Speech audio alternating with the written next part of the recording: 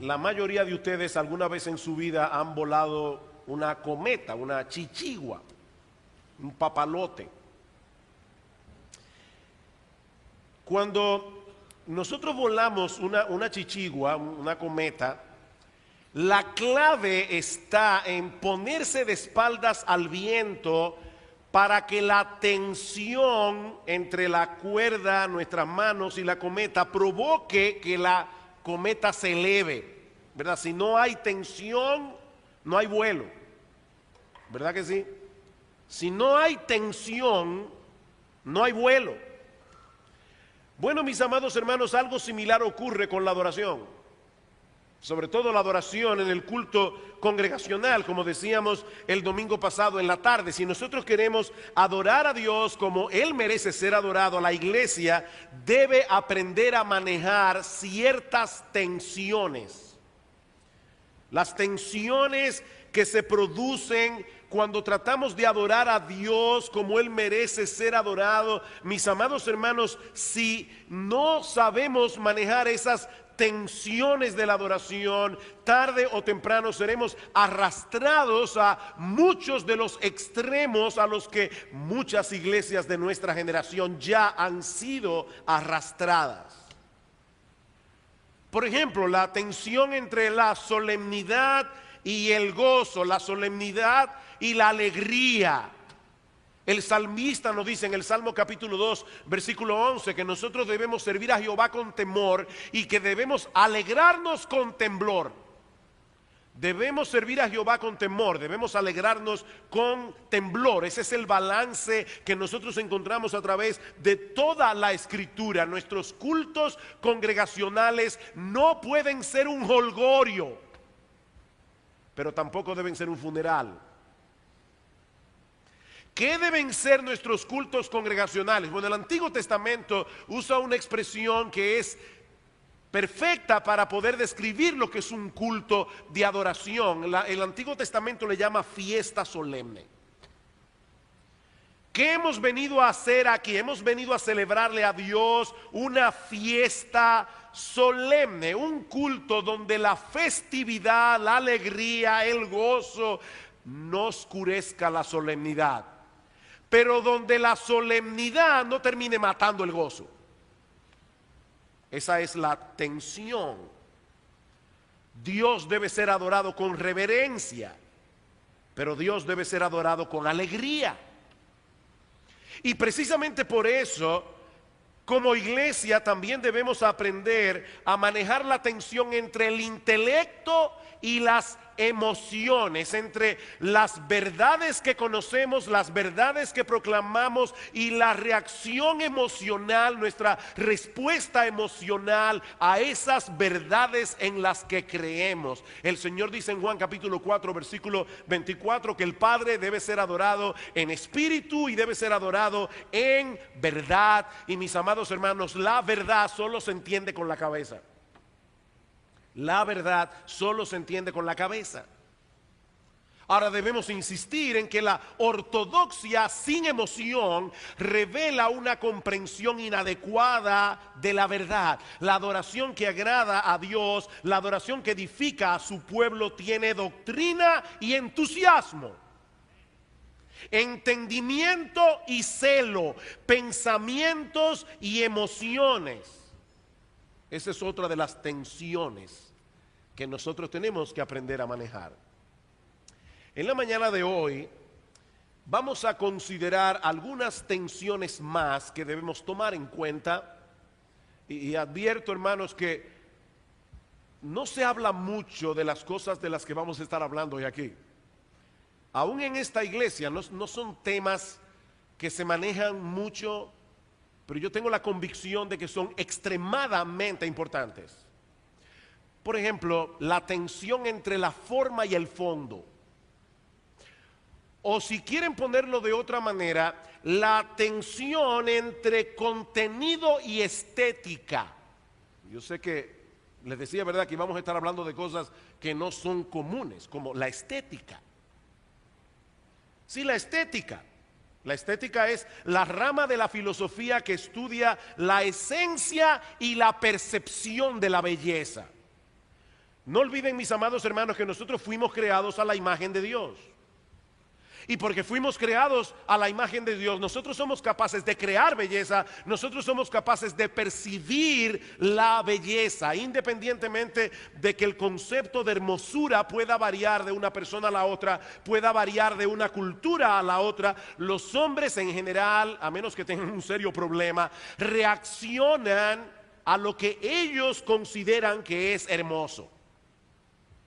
Ahora bien, el hecho de que no todos poseamos el mismo concepto de belleza, el hecho de que no todos tengamos los mismos gustos, el hecho de que no todos apreciemos del mismo modo lo que vemos y lo que oímos, no debe llevarnos a la conclusión de que la belleza es meramente subjetiva.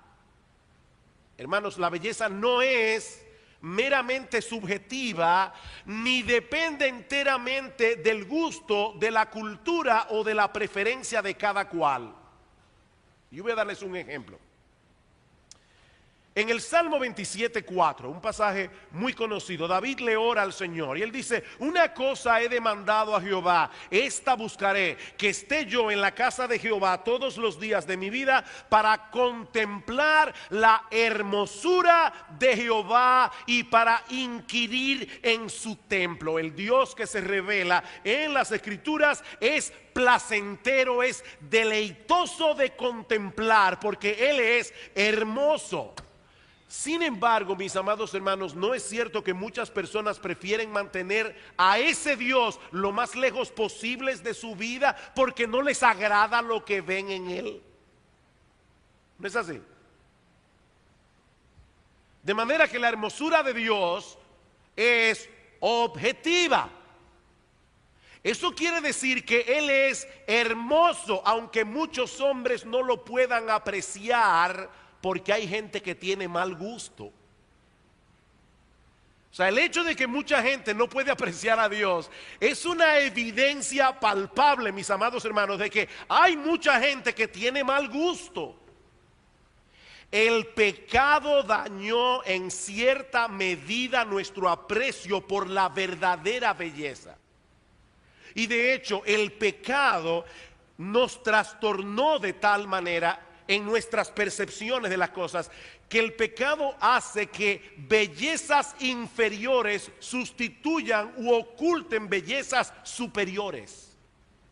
Por ejemplo, un hombre incrédulo puede apreciar y de hecho la aprecia, la excelencia de una obra artística, y él es incrédulo, pero él no le da gloria a aquel que le dio al artista la capacidad de hacer una obra hermosa.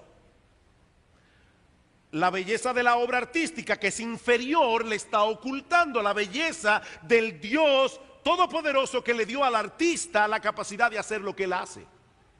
O por ejemplo, una persona puede disfrutar de un atardecer, y hay mucha gente romántica y también que aprecia el arte, que ven en un atardecer una obra artística, pero él no puede percibir allí la gloria del Creador.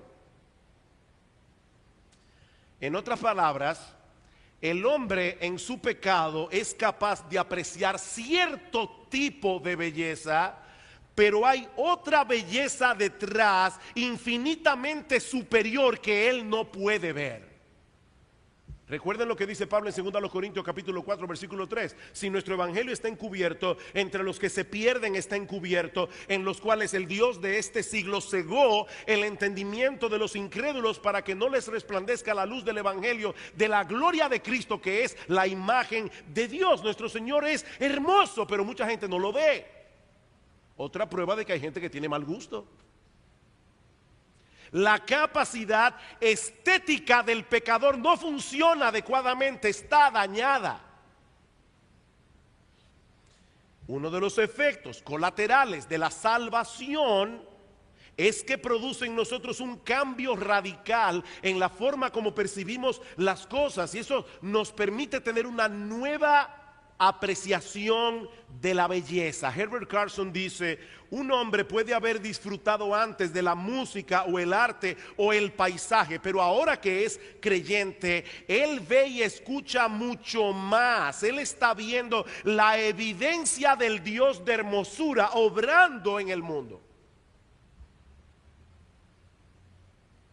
Los que me conocen y alguna vez me han visto manejando, saben que cuando yo voy solo en el carro, cuando voy con Gloria es diferente, porque a mí me gusta oír la música todo lo que da, pero cuando yo voy en el carro manejando, alguien pudiera pensar que yo estoy mal de la cabeza, porque a mí me es difícil oír la música y no quedarme pasivo. Eso es imposible.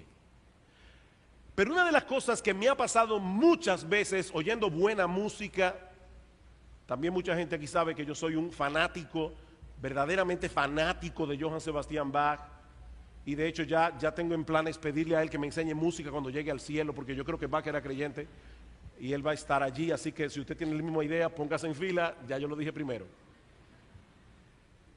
Pero hermanos, cuando uno escucha la música de Johann Sebastian Bach en su complejidad y en su hermosura, uno se pregunta: ¿y cómo es posible que en la cabeza de un individuo haya podido caber una composición así? Pero ¿saben qué? Las composiciones de Johann Sebastian Bach, con toda su complejidad y con toda su hermosura, yo creo que es el músico más sublime que alguna vez ha existido. Es una gota minúscula de la capacidad artística de Dios. De manera que yo puedo escuchar a Johann Sebastian Bach y no quedarme simplemente diciendo: wow, qué genio, sino decir: wow, qué Dios, qué Dios.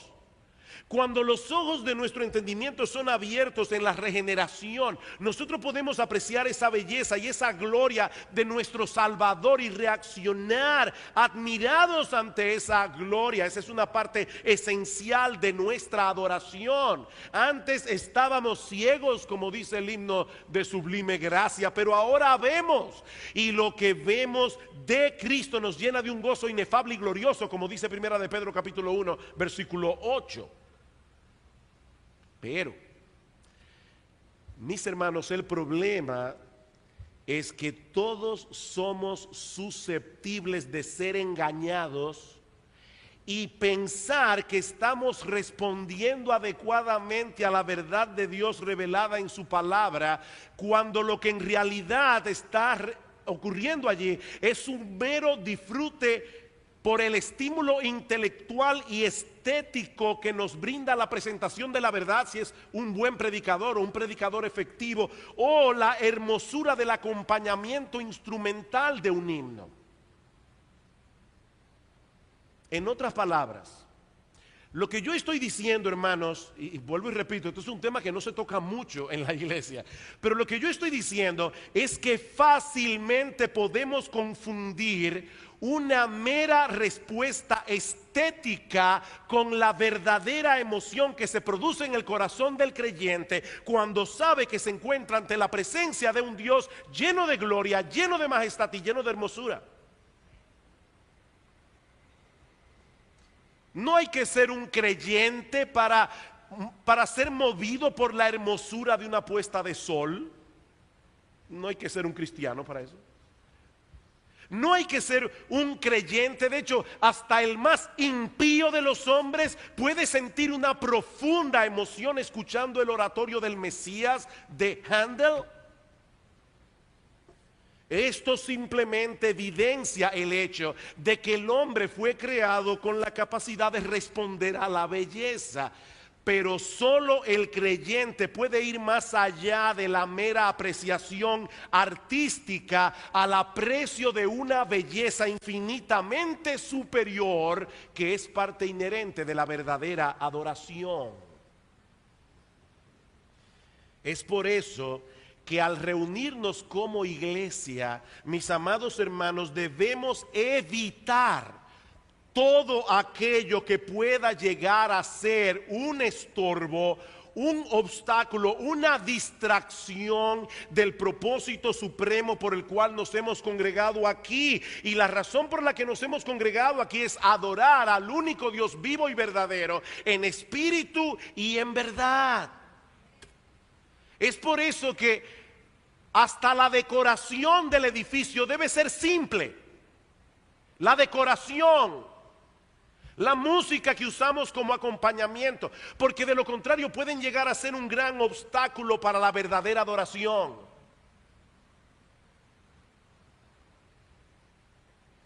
Eso no quiere decir que debamos caer en el extremo de hacerlo en una forma mediocre para que no nos distraiga. No, yo no estoy diciendo eso. Porque aquello que nos provoca irritación estética también puede ser un obstáculo para la adoración. De hecho, yo antes de salir, yo siempre le pregunto a mi esposa todos los domingos, ¿cómo me veo? Y no es que me quiero ver bien, es que quiero estar seguro de que todo pega. Si yo vengo aquí con una combinación rara, probablemente algunos de ustedes no van a poner oído a la predicación. Y esa corbata. Y uno aquí hablando de cosas sublimes, hay algo que irrita, que hace ruido. Así que yo no estoy hablando de hacer las cosas en una forma mediocre. Dan McCartney dice que cuando la adoración es fea o aburrida, terminamos oscureciendo a Dios y haciendo que su belleza sea difícil de ver. Pero al mismo tiempo podemos enfocarnos tanto en el arte creativo humano que una belleza sustituta se interponga en el camino y por lo tanto haga de nuevo que la propia belleza de Dios sea difícil de ver. ¿Ven la tensión? La tensión. Así que no estamos en contra de la belleza en la adoración. Pero como sigue diciendo McCartney, y por supuesto no es Paul McCartney, es Dan McCartney, él sigue diciendo, esa belleza tiene que ser ajustada a su tarea de transmitir el peso y la majestad de Dios. Consecuentemente, dice él, necesita manifestar simplicidad, sobriedad y ser comedida. ¿Escucharon eso? Necesita manifestar simplicidad, sobriedad y ser comedida. O me encanta como lo dice John Piper. John Piper dice que el balance está en alcanzar una excelencia que no distraiga. Y eso sí es difícil. Debemos tratar de alcanzar una excelencia que no distraiga. Nosotros vamos a ver en la exposición de esta tarde, cuando vamos a concluir, y yo espero que todos ustedes estén aquí, cuando vamos a concluir la serie ya de la adoración en la iglesia, vamos a ver la preocupación de Pablo cuando fue a predicar el evangelio a Corinto. Pablo decía, yo tenía la capacidad de hablar a ustedes de filosofía, yo tenía la capacidad de oratoria para deslumbrarlo con mi oratoria, pero cuando yo fui a Corinto, yo me propuse no saber entre vosotros cosa alguna, sino a Jesucristo y a este crucificado. Y ni mi palabra, ni mi expresión fue con lenguaje humano de sabiduría. Yo no quería que vuestra fe esté fundada en la sabiduría de los hombres, sino en el poder de Dios. No, el predicador no viene a la iglesia para que la gente diga, wow, qué tipo que habla bien. Alguien decía de la predicación, mira, o tú te dedicas a mostrar que tú eres inteligente o que Cristo es precioso, pero no se pueden hacer las dos cosas al mismo tiempo. No se pueden hacer las dos cosas al mismo tiempo. Y eso provoca una tensión saludable. Porque tenemos que esforzarnos en darle a Dios una adoración excelente mientras nos cuidamos de no convertir el culto en una sala de espectáculo. Y yo me temo, mis hermanos, de verdad que muchas iglesias han caído en este problema. Sus cultos no son cultos, son espectáculos. Y nosotros no venimos aquí a un espectáculo, venimos a un culto. Si tú quieres ir a un espectáculo, ve al Teatro Nacional y ve un espectáculo de lo que tú quieras, si es apropiado para un creyente. Pero esto no es un espectáculo, esto es un culto. Es diferente. La creatividad de los músicos, el lenguaje del predicador no deben ser el centro de atención. Nosotros nos hemos congregado para darle a Dios gloria y honra a través de la persona de nuestro Señor Jesucristo, respondiendo a lo que Él mismo nos ha revelado en su palabra. Si nuestras emociones, si nuestro intelecto, nuestra voluntad no son gobernados por el entendimiento de la revelación divina, ¿saben lo que va a pasar, mis amados hermanos? Que fácilmente seremos manipulados. Y vamos a ser arrastrados a una falsa adoración.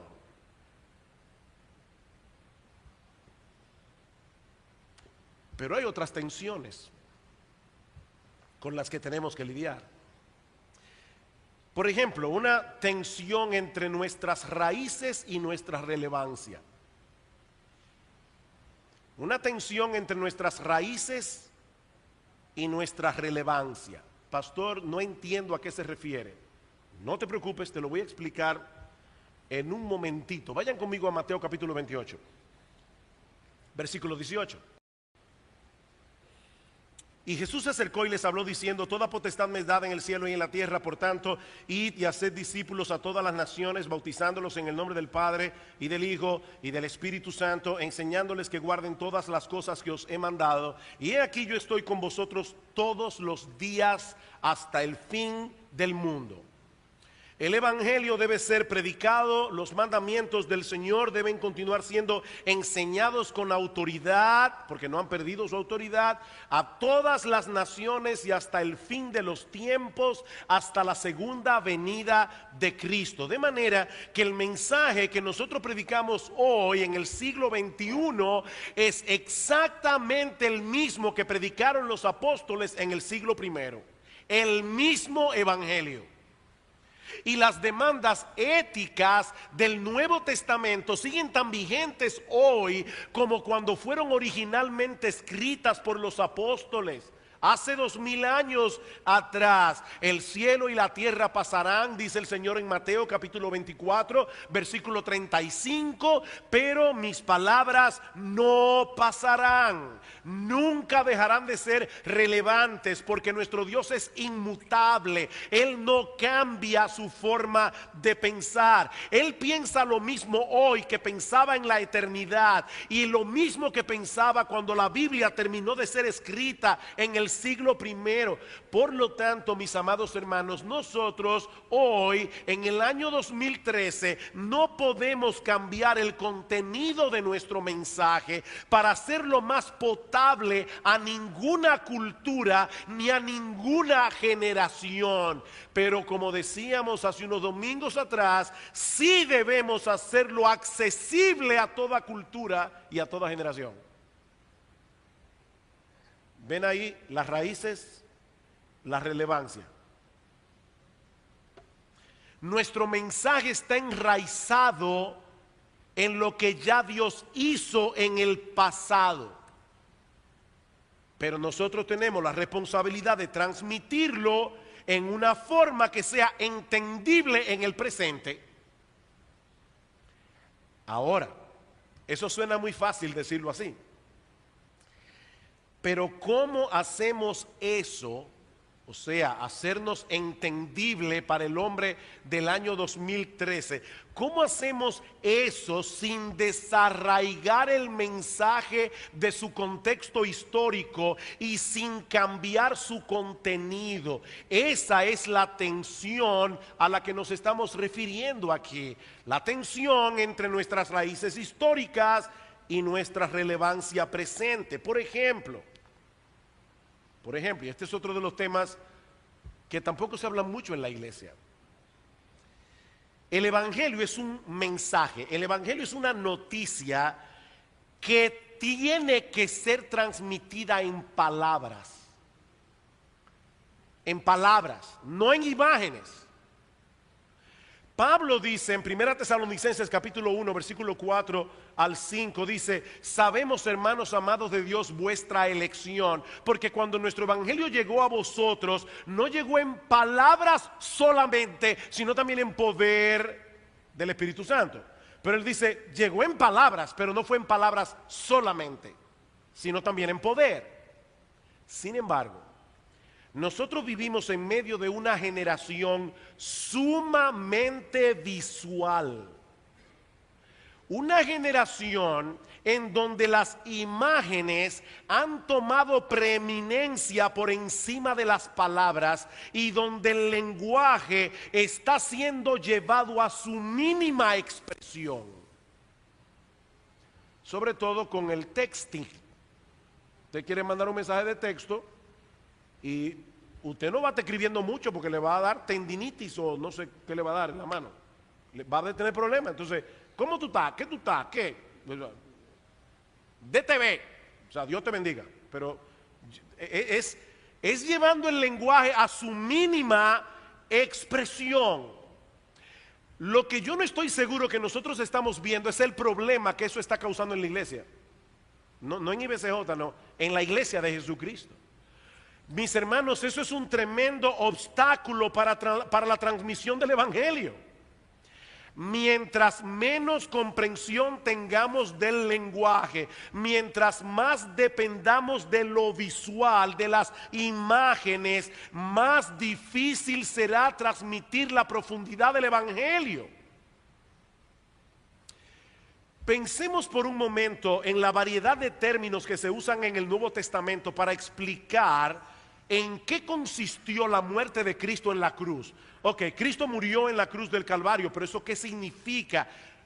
¿Cuál es la naturaleza de la muerte de Cristo en la cruz? Bueno, en el Nuevo Testamento se presenta como un sacrificio o sustitución penal. Hebreos capítulo 10, versículos 11 al 14. Él murió en nuestro lugar. Él pagó nuestra deuda. Él nos sustituyó en la cruz del Calvario. O lo presenta como una propiciación, es decir, como aquello que aplaca la ira de Dios que nosotros merecemos por causa de nuestros pecados. Romanos capítulo 3 versículo 25. También presenta la muerte de Cristo como una reconciliación, según a los Corintios capítulo 5 versículos 18 al 20. También lo presenta como redención. Nosotros fuimos comprados de un mercado de esclavos y fuimos hechos libres en Cristo. Mateo capítulo 20 versículo 28. Mis amados hermanos, todos esos conceptos son imposibles de explicar a menos que los expliquemos con palabras.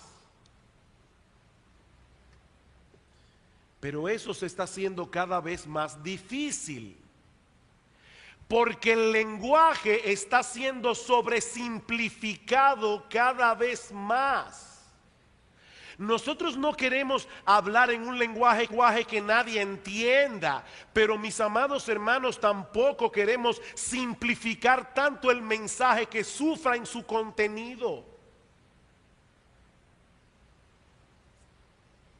Porque si hacemos eso, las personas, incluyendo los cristianos en la iglesia, van a comenzar a dejar de apreciar el diamante del evangelio en todas sus dimensiones. El evangelio es un diamante. Mientras más entendimiento yo tengo de todo lo que Jesucristo hizo por mí en la cruz del Calvario, eso va a elevar mis emociones delante de Él en adoración.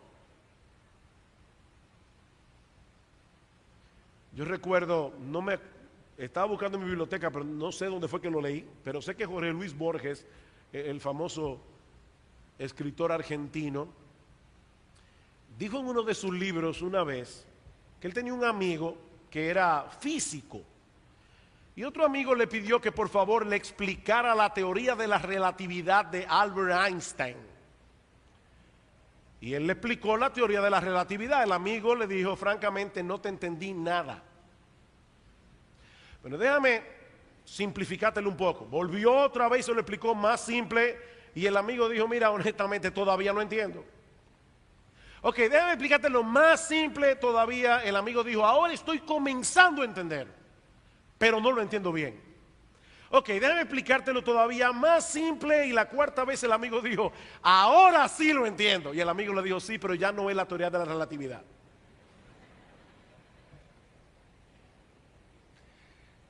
Yo me temo, mis amados hermanos, que en nuestro afán de ser relevantes para nuestra generación, nosotros estemos haciendo exactamente lo mismo con el Evangelio. Y yo temo por la iglesia de Cristo. De verdad, hermanos, yo temo por la iglesia de Cristo. Y si a eso usted le añade lo que están cantando en muchas iglesias en el día de hoy, el problema es todavía 1000 veces peor. Os Guinness, un pensador cristiano, él dijo algo sumamente pertinente. Él dice, en nuestro afán por ir detrás de la relevancia, sin tener al mismo tiempo un compromiso con la fidelidad, no solo nos hemos convertido en infieles, sino también en irrelevantes. Hemos sido infieles al Señor y estamos siendo irrelevantes. Y él explica por qué. Dice, al esforzarnos en redefinirnos a nosotros mismos en formas que sean más atractivas para el mundo moderno, en vez de haberlo hecho en función de nuestra fidelidad a Cristo, no solo hemos perdido nuestra identidad, ya la iglesia hace tiempo en muchos lugares que dejó de ser iglesia. Hemos perdido nuestra identidad, pero también hemos perdido, dice él, nuestra autoridad y nuestra relevancia. Tenemos la necesidad urgente, dice Guinness, de ser fieles, pero también, de ser relevantes.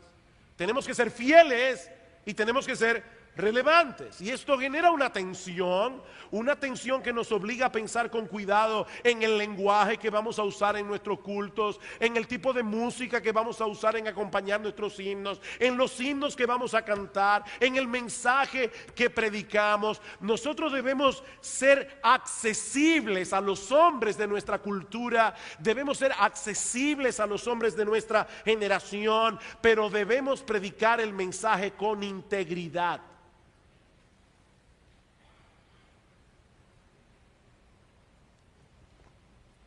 ¿Y saben lo que va a ocurrir andando el tiempo cuando nosotros sigamos usando himnos con un rico contenido bíblico y la predicación se haga entendible pero no superficial? ¿Saben lo que va a suceder? Que la capacidad de comprensión se irá aumentando cada vez más, aún en nuestros niños y jóvenes. Eso es uno de los beneficios colaterales del púlpito. El púlpito educa. Nosotros no venimos aquí a educar a nadie, pero una de las funciones colaterales del púlpito es hacer eso. Pero el reloj sigue caminando y me queda otra tensión. Y es la tensión entre nuestro pasado y nuestro presente. La tensión entre nuestro pasado y nuestro presente. Queridos hermanos, el cristianismo no nació ayer. Nosotros tenemos 21 siglos de historia. 21 siglos de historia que no podemos echar por la ventana, incluyendo una rica colección de himnos que, como bien señala Bob Kauflin, han sido probados por cientos de años, quedando los mejores en el tope. No todo lo que se ha compuesto en el pasado tiene la misma calidad, pero eso es algo que hace el tiempo. El tiempo va filtrando y va quedando lo mejor de las generaciones pasadas. ¿Por qué todavía cantamos Sublime Gracia del Señor? Mis hermanos, yo estoy convencido, y esto Dios sabe, la tristeza con lo que lo digo. Mucha tristeza.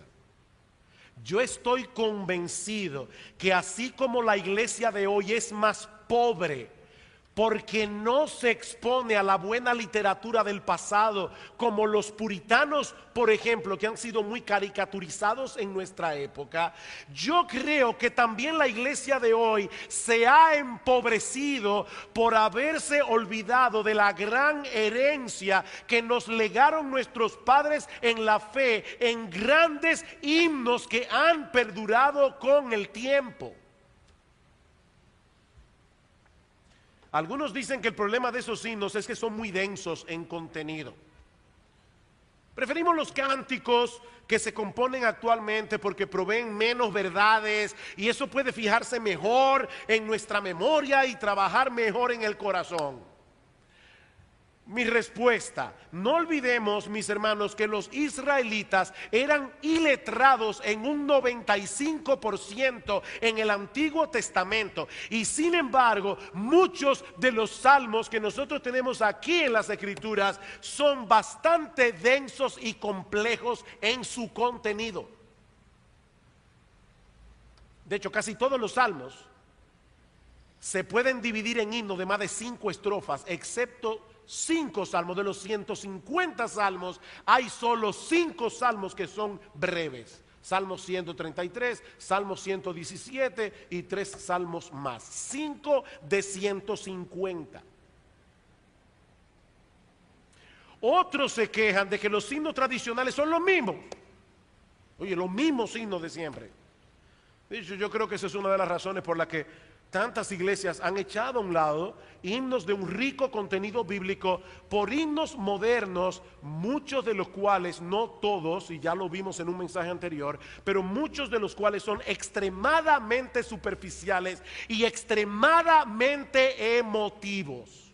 Y ustedes saben que yo no estoy en contra de la emoción, pero estoy en contra del emocionalismo. Muy melosos, pero no dicen nada teológicamente hablando. Bueno, a esto debemos decir, primero, que es verdad que tiene su ventaja cantar himnos nuevos, tiene sus ventajas. Y Alberto sabe el trabajo que estamos haciendo en ese sentido. No es fácil, pero estamos tratando de introducir himnos nuevos y damos gracias al Señor porque en los últimos años aún en nuestra propia iglesia se han traducido y adaptado himnos nuevos. Una de las ventajas que tiene el cantar himnos nuevos sobre cantar himnos ya conocidos es que al cantar himnos conocidos corremos el peligro de cantarlos de memoria y sin pensar. Ahora, eso va a pasar también con los nuevos, porque los nuevos se van a convertir en himnos conocidos, tarde o temprano. Pero de ninguna manera, mis amados hermanos, debemos sustituir, oigan lo que estoy hablando aquí, sustituir los buenos himnos del pasado por himnos superficiales del presente que solo tengan a su favor lo novedoso. No debemos hacer, aunque la música es pegajosa, no debemos hacer eso. Mis hermanos, los himnos que son ricos en contenido bíblico y teológico, sean del pasado o del presente, siempre pueden ser cantados con una nueva percepción de las verdades que comunican. Siempre. La letra sigue siendo la misma, pero nuestras experiencias varían. Y nosotros vamos madurando, se espera, ¿verdad?, que maduremos. Y mientras más maduramos, con más conciencia y más entendimiento, cantamos las mismas letras del pasado, pero con más sentido y con más significado. ¿Acaso no ocurre eso leyendo la Biblia? Imagínense que nosotros apliquemos ese principio a la Biblia. Óyeme, yo estoy cansado de la misma Biblia. De ahora en adelante voy a leer el Corán. No, porque este libro y solo este libro es la infalible, inerrante, inspirada palabra de Dios. Ahora, ¿qué pasa cuando nosotros leemos la palabra de Dios? Que nosotros podemos leer un mismo pasaje cientos de veces y si no somos superficiales, nunca vamos a poder agotar todo lo que allí dice. Bueno, si cantamos reflexivamente los himnos que son ricos en contenido bíblico y teológico, esos himnos siempre tendrán la capacidad de alimentar nuestras almas, de levantar nuestras emociones. Mis queridos hermanos, el pueblo de Dios en el Antiguo Testamento cantó el mismo libro de los Salmos durante siglos. El mismo libro, el mismo himnario, por siglos. De hecho, la mayoría de los himnarios en el día de hoy tienen más himnos que los salmos. Los salmos son 150. ¿Cuántos himnos hay en Celebremos su Gloria? Unos 600. Y ese es uno de los himnarios que nosotros conocemos. Ahora bien, estamos diciendo con esto que debemos limitarnos a cantar himnos tradicionales. No, 1000 veces no. Yo no estoy diciendo eso. Así como el Espíritu Santo obró en el pasado, dándole dones y talentos a aquellos compositores que supieron expresar poéticamente las grandes verdades de las Escrituras, si nuestro Dios no ha cambiado y Él no ha cambiado, debemos suponer que el Espíritu Santo sigue haciendo esa misma obra en esta generación. No es la edad del himno lo que debemos tomar en cuenta a la hora de escoger lo que vamos a cantar en la iglesia. No es la edad, no es la antigüedad lo que lo hace santo o apropiado. Es el contenido de la letra, es lo apropiado de la música que lo acompaña. Dice Bryan Chapell, y esta es una cita fuerte: solo la congregación más arrogante pudiera decir que Dios no le enseñó nada a nuestros padres en la fe de lo cual podamos aprender. Hay que ser muy arrogante. Y saben lo que yo creo, que muchas iglesias en el día de hoy ya han caído en esa arrogancia. Pero sigue diciendo Bryan Chapell, pero de la misma manera, solo la congregación más encerrada en sí misma pudiera decir que no necesita preocuparse de hacer que su adoración sea relevante a la presente generación. El mismo problema. En un caso es arrogancia y en el otro caso es autoencerramiento. A mí no me importa si la gente me entiende, si no me entiende. Bob Kauflin lo dice de esta manera: debemos entrenar a nuestra gente a través de un liderazgo sabio y fiel para que sea capaz de beneficiarse de la rica herencia del pasado, buscando al mismo tiempo la manera de comunicar las verdades eternas del Evangelio en formas que nuestra cultura pueda entender. ¡Qué balance! No olviden, mis amados hermanos, que los himnos que hoy consideramos tradicionales fueron contemporáneos alguna vez. De hecho, cuando Isaac Watts comenzó a componer los himnos que hoy consideramos tradicionales y que muchas iglesias ya ni cantan, esos himnos levantaron un furor en su época, porque mucha gente decía: ¿y estos himnos nuevos? La iglesia se está mundanalizando con los himnos de Isaac Watts.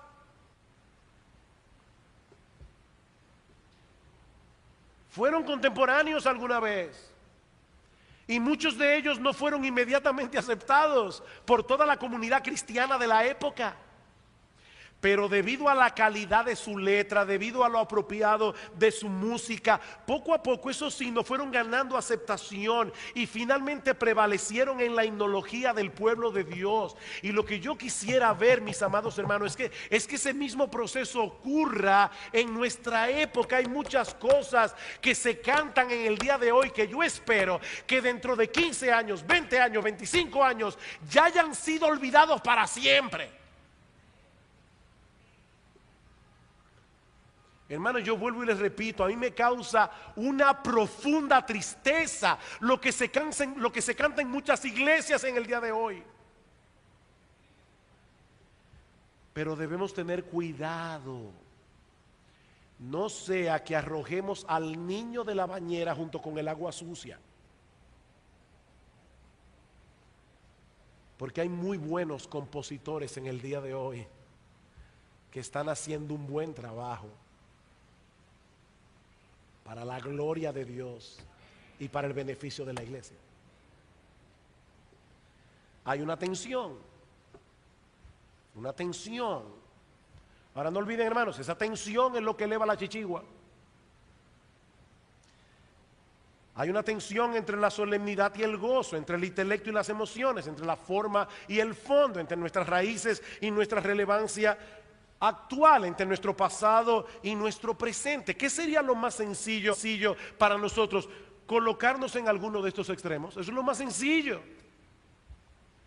Pero nosotros como iglesia, y ahora sí me refiero a iglesia bíblica del Señor Jesucristo, los pastores de esta iglesia hemos decidido mantener la tensión.